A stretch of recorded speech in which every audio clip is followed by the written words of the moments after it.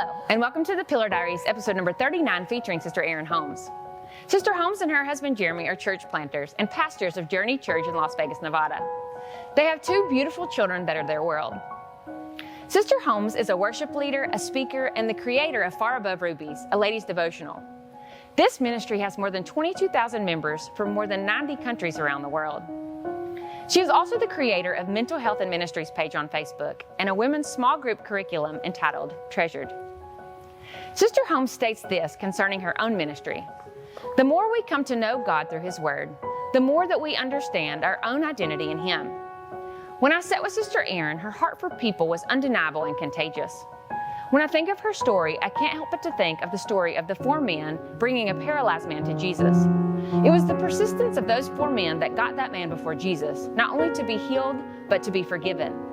Listen to this pillar as she pours from her heart and shows you why she is so persistent to bring others to the feet of Jesus.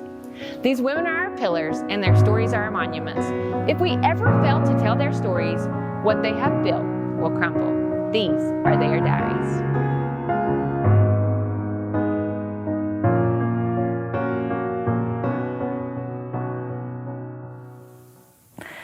My name is Erin Holmes. My husband and I are church planters in the Las Vegas Valley. We have a church in Henderson, which is a suburb of Las Vegas proper. And we have lived in the valley for almost 13 years. We started our church almost 12 years ago. I have two beautiful kids who are 10 handfuls worth of kids, who are 8 years old and 6 years old. And we love where we live. We live in our mission field. We live in our calling, and it's both hard and beautiful all at the same time. I was raised on and under church pews, but it's not maybe the typical way that story goes. My family growing up did not always faithfully attend church. And so there are seasons of my childhood where either my parents might drop me off at church, or I might have Sunday school teachers who would come and pick me up on Sunday mornings when I'd call them because I didn't want to miss. Church was always my lifeline, and it was always my identity. It was always a part of who I was and who I am. I cannot imagine my life without being a part of a church, not just going to church, not just checking a box, but belonging to a church, a Spirit-filled, Jesus-loving, truth-preaching church. And I'm very grateful that I do not know life without Jesus. I don't know life without the community that is church, that is the body of Christ. And so my earliest memories of church or going to church is probably around the ages of 6 or 7 years old. And I did Sunday school, and I did what we would call big church as a kid. And as I got older and got more involved in ministries in the church, I became a part of youth choir and Bible quizzing. And if it was going on at church, I wanted to be there. And probably in part because I'm a very social person. I've always been an outgoing person. I've always been an extrovert, and that's how God made me. And I've come to love that instead of wonder if that's the right thing. But there was a social aspect of wanting to be at church for me as a kid and as a young person, young adult. But it was so much more than just that. I absolutely know that I would not be who I am or where I am had it not been for what my childhood was in connection to church. And so when I think of going home, there isn't this house that comes to mind. There isn't a white picket fence and 4 walls and a roof that come to mind. When I think of going home, I think of going to my church. That is my home. That is the place that I grew up. That is the place that formed me and shaped me, and all of the stories about becoming who I am happened in that church. And so when I say I want to go home, that's what I'm talking about. My husband, a few years ago, I told him, I said, okay, I need to go home. It's been a long time. I need to go home. And he was like, well, sure, we can go to Louisiana and we can bum around New Orleans for a few days and we can go and just enjoy all the best food. And I said, no, I need to go home.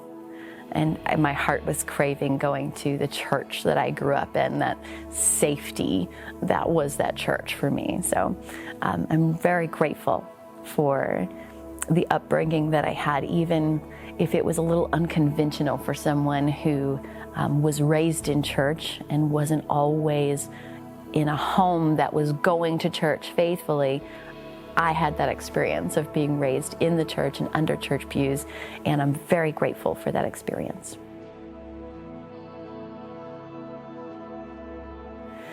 I would say that one of the greatest struggles in my life was after leaving that safe space that I knew that was home, that was the church that I grew up in, that was familiar, and I knew people and they knew me and I knew the leaders and I knew their vision and their heart and their culture.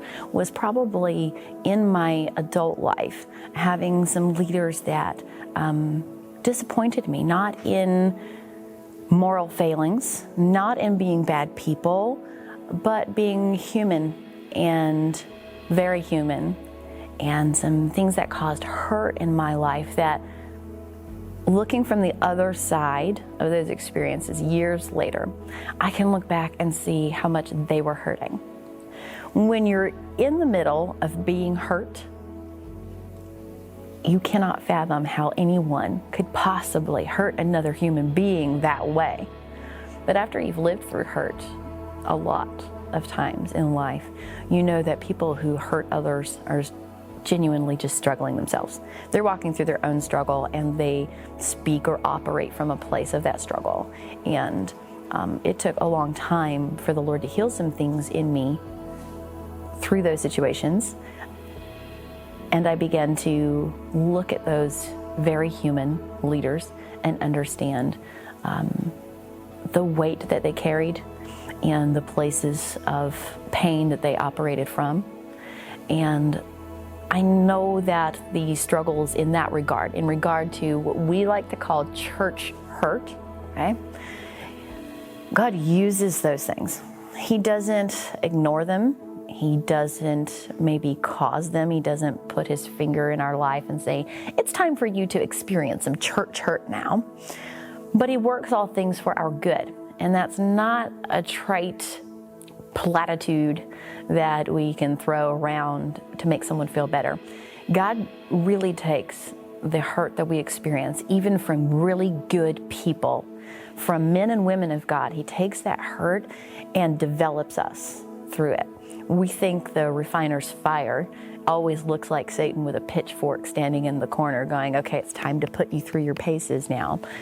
When sometimes it looks like hurting children of God that say the wrong thing or lead really unwell in a moment, and that refiner's fire can happen inside of the Father's house, and God is going to use that not just to grow our character, which he does, not just to mature us, which he does, but also to plant seeds of ministry in us. Those who can minister really well to those who have been church hurt are always people who have experienced great church hurt. I've never seen anyone who could wrap their arms around a young lady or put an arm around the shoulder of a young man who was crushed by someone in faith and have just the right words, be someone who had never walked through church hurt, because you can't understand what they're walking through unless you've been there. Just as maybe a woman who has had a miscarriage is the only person who can truly look at another woman who is walking through that situation and truly be able to minister to her need. It's the same idea. A parent who's having a struggle with their child can only truly be ministered to by another mother who says, I know exactly what you're dealing with. And we cannot look at someone who has just been crushed within the church by someone who acted out of pain and say, I know exactly what you're dealing with, unless we know exactly what they're dealing with.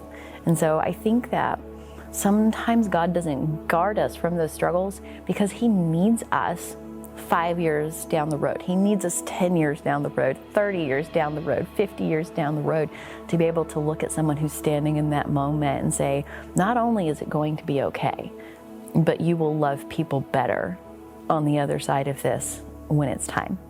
The ministry that you will have will be birthed from this struggle, from this place of hurt and pain. And so God has given me the opportunity over the last few years of my life to do that, to put my arm around even some I've never met before, but I've just connected with through social media platforms, and say, I know it hurts right now, but you will love people so much better when you heal. It hurts right now, and you think you know how to love people right now. But wait until you have the opportunity to look at a woman that is younger than you and early in her stages of ministry and say, I know what you're walking through. I've been there. And not only did I survive it, I'm not a survivor. I am refined in my heart and in my character because of what I walked through. I would say another struggle that is very easy to say is a struggle is planting a church. It's not an easy thing, and church planters go into church planting ready to storm hell with water pistols, because that's how they should go into church planting. You should go in with all of the zeal and all of the excitement in the world, because it's an incredible thing. It's like a mother who is in the early stage. I compare a lot of things to being a mother because that's just where I am. It's like a mother who is in the early stages of pregnancy, and she, hasn't hit morning sickness, which is all day sickness, and all night sickness, and then all day sickness again. And she hasn't felt labor pains yet because nothing's been birthed yet. And she's just really excited. And she's got all the plans, and she's put the picture of the little pig on the wall, and she's got the little piggy blanket, and she's picked all the colors, and she has all these ideas of what it's going to look like, and no idea of the pain that will be endured in order to actually birth what comes into the world. And so church planting is a struggle in its own right, but it's a struggle for all the right reasons. It's not a struggle that is, as the scripture says, unto death. It's not a struggle that you're trying to fight for your life. You're trying to birth life. And so because people are messy, people are broken, and of course that's who you're trying to reach, and that's who you're trying to minister to whenever you're getting ready to plant a church. But church planting, we think going in looks like, okay, let's go in and we're going to put this foundation down, and then we're going to put all the little walls up, and we're going to build the rooms, and we're going to put the roof on it, and it's just going to be right there. But what it really looks like is you go into a place that doesn't know Jesus and doesn't have Jesus, or needs a whole lot more Jesus. And before you can lay a foundation, you have to start digging out the muck. And you have to start undoing some stuff. And you have to start doing spiritual battle before any foundation is ever laid. And my husband and I are really super passionate about seeing church planters succeed, because we know the struggle. Because we know that in the first 3 years, there's a massive percentage of church planters that are going to close their doors because it's too much of a struggle. And they feel alone and isolated in where they're planting. They are seen as oftentimes, not all the time, they can be seen as competition for churches that already exist, or there can be past hurt from other ministry that they walk into their area and they're already not trusted before they even begin. And so church planters experience a struggle that, just like a mom to another mom, you don't really understand unless you're a church planter. And so we do our best to come alongside other church planters, whether they're a year in or 5 years in or 10 years in, and say, we don't have all the answers to what you're doing, but we'll sit in the boat with you and help you row. We'll sit in the boat and we'll help you figure it out. We'll pray with you. We'll bless in any way that we can. We'll encourage any way that we can because we know the struggle. I think that's probably two of the biggest struggles that come to mind in my life, and all of the struggles I can think of, God uses with purpose. I don't believe there's struggles in our lives that come without purpose.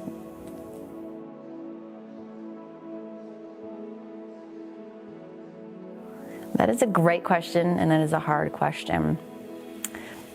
Because I think God has been a part of my life and a part of my journey for as long as I can remember, God moments sort of seem to blend together because He's in everything and in every part of it. And I have a sign on my living room wall that says, I still remember the things I used to pray for. We're living in the things that I used to pray for, and that is my life. And so it's hard to nail or pinpoint a God moment. I think the moment I can remember God sharing with me that I was going to be a pastor's wife, which was not what I wanted to be, which I feel like I need to be like, not what I wanted to be. I had family, extended family, that were pastors and preachers and ministry, and ministers' wives and pastors' wives, and I knew from just the tiniest glimpse of their lives that's not what I wanted to be, because it was hard. It was so hard. And I absolutely told God as a teenager, I'm good. Like, I will be the best pew sitter, worshiper, giver, Sunday school teacher you have ever had. I do not want to be ministry. And I think one of the greatest God moments was that moment where God showed me, this is what's going to happen. This is just what's going to happen. And from that moment, I did not share that moment. I was 15 years old, and I was at the front of the church praying one Sunday night, and God gave me a vision. I don't know if I'll share that with you, but I did not share it with anyone until my husband, who was not my husband at the time, said, "So when did you know you were going to be a pastor's wife?" And he was a minister, he was a preacher, but he wasn't a pastor, and yet he asked me that question. And so those were brownie points for him, probably, for asking that question. But that was the first time I ever shared with anyone, because no one had ever asked me that before. And that moment of God sharing that with me is probably one of the greatest God moments of my life, because before I could see how that could even be possible, God already knew it. I want to cry. God already knew it. And in moments where I would not feel adequate or worthy, equipped, smart enough, when I would feel like I didn't have enough pedigree, any pedigree, or I would not feel like I measured up to every other pastor's wife I knew. I wasn't like her. I wasn't eloquent. I wasn't quiet enough, to say the least. I would lean on that moment. I would lean on that moment where I was 15 and no one else knew and no one else was telling me that was going to happen, and God told me it was going to happen. And so I could look at God when it got really hard and say, okay, you knew some 10 years before I would become a pastor's wife that it was going to happen. And so you must have accounted for my lack. You must have accounted for all the things I was not, and you must have known that what you were making me was going to be enough, and it was going to be right for the people that you were calling me to. So I will share it. I'll share it. Why not? As I prayed in that night at 15 years old, God gave me a vision, and I could count on one hand in my many years on this earth the number of actual visions God has given me, where I could just see things so clearly that 23 years later, I can still tell you the color of the carpet. I was walking in the back of a church, a small church. It had green shag carpet. Now, my church does not have green shag carpet, so God does a lot of things to show us and make a point. But I could tell you the shape of the pulpit that I was looking at, the empty pews that were there. And as I walked through the back door and began to walk towards the front of the church, I could hear someone praying in the church. And so I followed the sound in this vision, and it was, this was moments that this took place. And as I walked to the front of the church, on the left of the platform, there was a closet that was wood slatted, and you could see there was a light inside the closet, and this is where the prayer was coming from. And so I peered into the closet, and what I was looking at was me on the floor, curled up and crying and praying over. And I didn't hear any of the words, and I didn't hear any of the names, but I knew that I was praying for my people. I was praying for my church. I was interceding for the souls God had entrusted to me and whomever, because I didn't know my husband at that time. And so it was so vivid that I have never forgotten it. And I would say that that is one of the biggest God moments of my life, where he just laid out for me, what I was going to be. And he's so good in that way, that he could give us confirmation of something before we get to it, not after we get to it, but before we get to it, because he's already there. He's already in that moment, and he knows, and he saw where it wasn't green shag carpet and it wasn't a wood slatted closet, that there would be so many, many, many moments to come where I'd be curled up on a floor with snot and tears pouring into the carpet, praying for people that he trusted us with. And so that, I think, is one of the biggest God moments in my life. And I could tell you a million other tiny ones, from praying for my son before he was born, and asking the Lord to give me a redheaded, blue-eyed little girl before she was born, when I didn't even know she was a little girl. And that's exactly what he gave me. So many moments where he gave me the desires of my heart as I delighted myself in him, from tiny things to watching my dad that we talked about earlier, that didn't always attend church faithfully, watching him walk down an aisle to an altar when I was 18 years old and recommitting his life to the Lord, and watching again another few years later, whenever we were pastoring, and seeing him recommit his life to the Lord in our church and find that safety there. I could give you a million God moments, so I will stop there and just let him have glory for that big one in my life. The absolute most rewarding thing in a life that has been pointed towards Jesus and just given to Jesus is watching someone else make that same decision.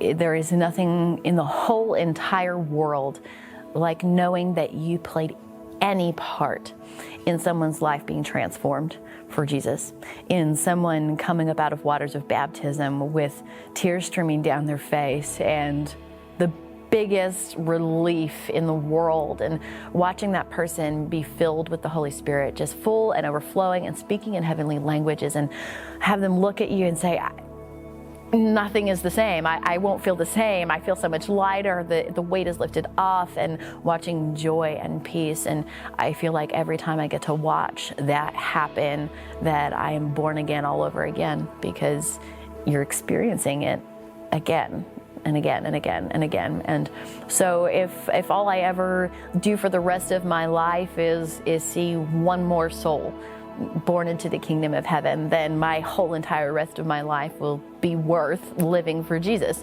If our lives in their entirety, first breath to last breath, are for the sole purpose of seeing one person saved from hell, one person that comes to know Jesus, whose life is changed forever, whose family tree is changed forever, for eternity, if that is the entire purpose of our life from first breath to last, then it's worth it. It's worth every hardship. It's worth every trial, every valley, every storm. It is worth every hard thing. It is worth every tear that is cried.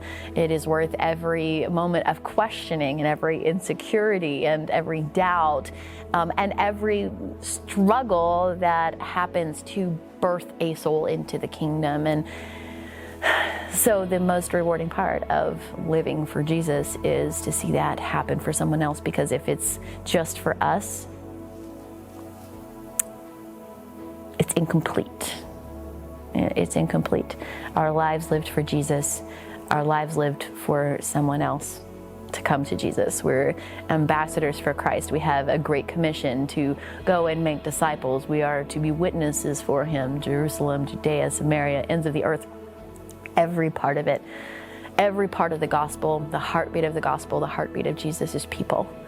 And so if we are contented to sit on a pew and to do nothing and check our box of going to Sunday church and soak it all in for ourselves and never ever pour it out, then not only is it less rewarding, we're missing the point. We're missing our purpose. We're missing our calling, and not just the calling of ministry, not just the calling of the pastor, not just the calling of the preacher, the minister, the teacher. It is the calling of literally every single follower of Jesus, every believer. If we are a follower of Jesus and we do not wrap our lives around the point of the gospel, which is missional, to see another person come to faith in Jesus and be born again in Jesus, then it is entirely less rewarding than just a single person being changed.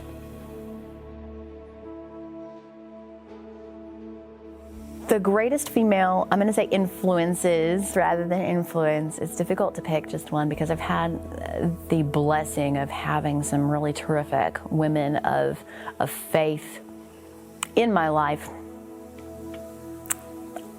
I'm going to start with my grandmother, who came to faith in Jesus for herself from a Christian sect that was not spirit-filled, did not believe in being spirit-filled. She came to a spirit-filled faith and relationship with Jesus as an adult, and when she had teenage and grown children. Her husband was not a believer. He became a believer and was filled with the Spirit on his deathbed. When she came to spirit-filled faith, though, he did not like it. And there came a point at which he told her, if you walk out that door and go to church, the door will be locked when you come home. And she went to church. And I owe absolutely everything to a tiny 4'9" woman who was not afraid, and maybe was afraid, to go to church because she had found the real thing. She had found the Spirit of God, not just faith in who God was, but she had found the Spirit of God. And she walked out that door and went to church and essentially said, I hope it's unlocked when I come home. And it was. And she became a pillar in her family.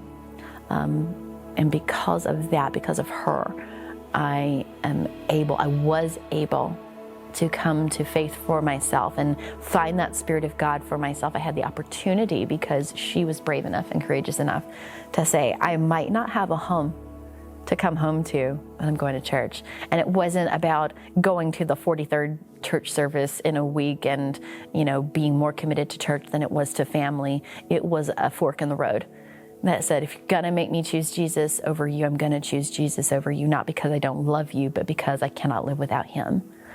And so her story should be told, and I want to tell it because it should last forever. And anyone that I have the chance to influence, encourage, or see saved or born again, they owe their encounter with faith to her and not me. And while she might not have had the opportunity to encourage or influence a lot of people, she opened a door and she created a path that allowed me to be in a place where I would have an opportunity to encourage and influence. So I love that. And I love her story. I love her. I miss her. My childhood pastor's wife growing up was a massive influence in my life, and she still is, and that's Mickey Mangan. I say if I were allowed to have idols Mickey would be my idol, but I know I'm not allowed to have idols, so I'm just going to say she's one of my greatest influences in my life. She has a genuine and pure heart for God and heart for people, and that is where everything else hangs. And I was taught that by her, and I was taught how to love people by watching her, and not love people in a loud or demonstrative way, which I can be loud and demonstrative. I learned how to love people quietly from her. I learned how to love the person standing in front of me from her. I learned how to not look past the person in front of me, no matter who they are, what their station is in life, what they can do for me or not do for me, and just love them because of her. And then her mother-in-law, who is Vesta Mangan, has been a massive influence on my life. If I could be a tenth of the woman that Vesta Mangan still is, ever in my life, if I could be a tenth of the woman that she is, I would be pleased and feel like I had fulfilled my life destiny if I could be even a little bit like her. She loves people loudly, and so I got to see this beautiful balance of godly vibrato and a godly softness in those two women growing up. And I'm not sure that anyone could ask for a better set of women to watch as they grow, and examples of women in ministry, examples of pastors' wives, examples of women who speak and teach and preach under godly authority and submission to their husbands and their pastors, and walk fully in what God has called them to be. And I want to take every ounce of what was poured into me as a young person and as a child and not keep it. I don't want to take those things that they poured into me or invested in my life, even when they didn't know they were doing that. I don't want to take it and bury it in the ground. And God say, what did you do? You were given so much. What did you do with what you were given? And so I want to take what was poured into me and do my best to invest it in others so that that return comes to the kingdom over and over again. Watching them be who they were and being very different from one another gave me permission to be who I was in my calling. It gave me a roadmap to what it looks like to be soft and humble, which Lord knows is the end of the spectrum that I have the hardest time finding. And then to be able to be loud to a degree, to have a voice and not be shy about having a voice. If you've ever been within 1,000 yards of Vesta Mangan, you have heard Vesta Mangan, and you can hear "Love you, darling" from across, the massive church. They're beautiful people, pure inside and out, that have just a love for doing what God has called them to do. I can remember a couple of different times watching Mickey Mangan in instances where most people might not consider it a moment to watch or a moment of ministry or a moment that would stand out to anyone in the long run. And one of them is watching her tend to children while a mother is seeking the Holy Spirit and other women are praying with her. And she's just tending to the little things and doing the unseen things. And another great example of that is I can remember in high school, I was in high school, and I was being sent on an errand during Sunday school to do something for a teacher. And I walked in the hallways and I saw Mickey Mangan picking up trash off the stairwells, and I said, "Ma'am, I will come and do that for you. Let me go into." And she told me, "Go to class. You just go to class." She didn't say, "Oh yes, please come and do this for me so I can do something more important." When no one was looking, when she didn't think anyone would see her, she was tending to little things. And I want to emulate that for the rest of my life. And just as much as I want to emulate Vesta and just be her when I grow up and everything that I can be like in her. And I hope that one day someone will look at me and not say, "She preached a phenomenal message." I hope that someone will look at me one day and not say, "She was just the most articulate speaker or the greatest vocalist in the whole world." That's not my goal. My goal is for someone to say, she did something that no one else saw that made a difference in my life. She did something unseen. She did something that no one even knows that she did that made a difference in my life. And the flip side of that, to the other end of that spectrum, is I want to walk in the passion and the anointing that Vesta walks in, and be unashamed and unabashed in those things, and just own that, whether it's the person who's a million miles away from God that I can pray for and pray with and love them passionately towards Jesus, or be anointed in praying in a corner with someone. There's so much more to influence and influencing women for Jesus and in their own walks with Jesus than standing on a platform or holding a microphone or being the center of attention. We are leaders when no one's looking. Advice to the next generation or future generations, I have to start with love God and love people. It's a recurring theme in what we're talking about, I think. But there's a reason for that in my life, and it's because it is what matters the most, and that's not me, that's Jesus. When Jesus was asked what the greatest commandment was, he said, "You're to love God with everything that you are." And he said, wait, there's more. And he says to love our neighbor as we love ourselves. To love God and to love people, he says, all the law and the prophets hang on these two things. And so my advice to this generation, to the next generation, to 1,000 generations to come until Jesus comes back for us, is to start with, begin with, focus on, put in your heart and your head, wrap it around every part of your being to love God with everything, and then to love people well, because people don't care how theologically intelligent that you are if you don't love them. They don't care how holy you are if you don't love them. They don't care how big your church is, how good your music is, how bright your lights are.